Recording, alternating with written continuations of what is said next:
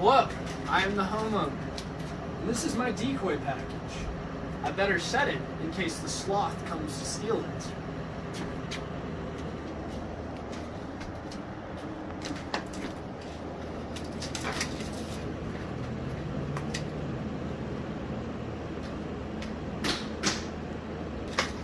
Hello, I'm the sloth.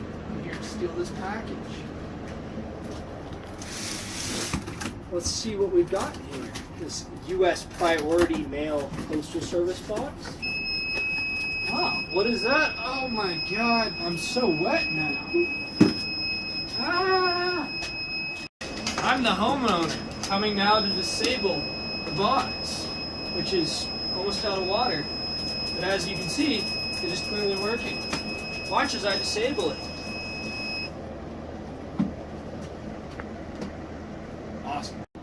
Hello, I'm Aaron Puffenbarger, and this is my box. I'm actually the homeowner, same person. Alright, so basically within here we have a waterproof smaller box, which was original from my design previously. However, rather than going with a spinning blade with an ink droplet falling onto it, we went ahead and went with a reservoir of water and 12-volt pump. Within this reservoir of water, I put some silicone, technically making the water slightly toxic, just so it's more dangerous and it stains your clothes. I'm wearing nice clothes today, so I did not want to stain them, so there's less silicone on there right now. Basically, what is going on here is when an individual opens this box, what they would normally see is this.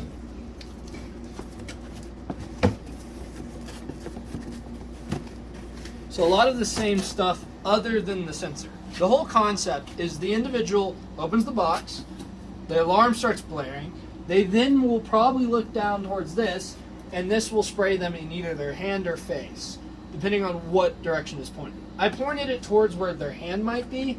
The reason may mainly being because the water was pretty gross with the silicone, and it smelled pretty bad, so I didn't want to get it on the project. As for the inner layer, this box has lasted through 3 different test runs on different priority mailboxes.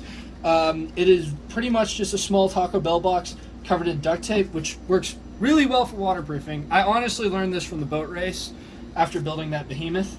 We have a 12-volt battery set here to power the pump, which is run still through the Arduino through the 3-point pin, but the power for the pump is run through this 12 volts. Here we have a 9-volt running the Arduino. Everything else is ran through the Arduino. The only other special thing about the circuit on the Arduino is I made sure to run everything through the Arduino directly as possible, except for the infrared. It is directly run through the power system on the Arduino in order to make sure that it gets priority before everything else and the least amount of interference as possible. That's my circuit. Thank you. Hello, this is going to be the online portion of the presentation. Let's go ahead and get right into it.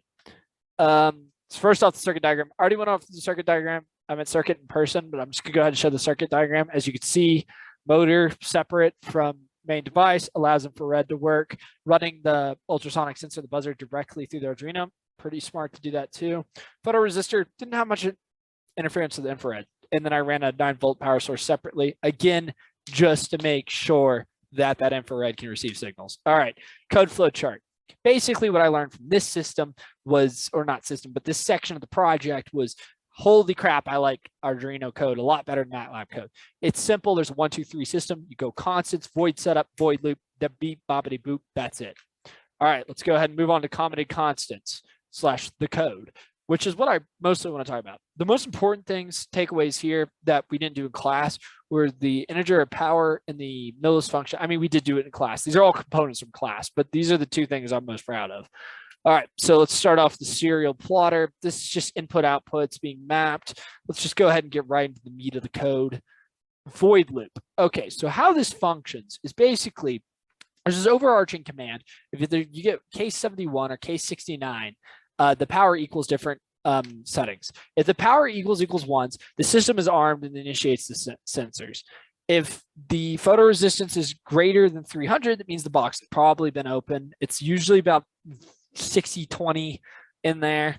It then serial prints that, it then starts up the distance sensor, and the distance sensor just goes ahead and tells serial prints the distance. If the distance is less than 30, then that means that the counter is if the distance is less than 30, that means somebody's probably leaning over the bots. The spraying then starts. The counter then starts up.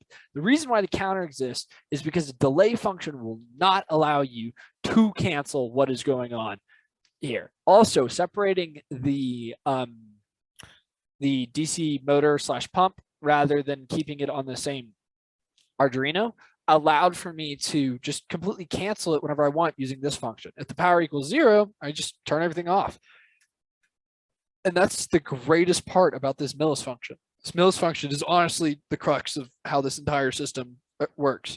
Everything else is pretty much just components and ideas I got from class. This section was from worksheet 4, and this section was from the Arduino website, which also I could probably accredit to the assignment where we use the LCD.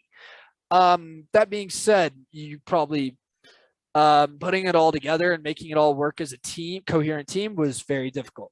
The reason for that is mostly because of how the infrared sensor worked, but I found a way to work around that, both during office hours and during class, and turned out to work really well this weekend. And thank you for that, Dr. Ackerman. I'm going to go ahead and stop sharing this, and just to make sure keep things short and sweet, I wanted to say have a wonderful summer. I hope you beat Elden Ring, and I hope to see you in 301 next semester. Thank you, sir.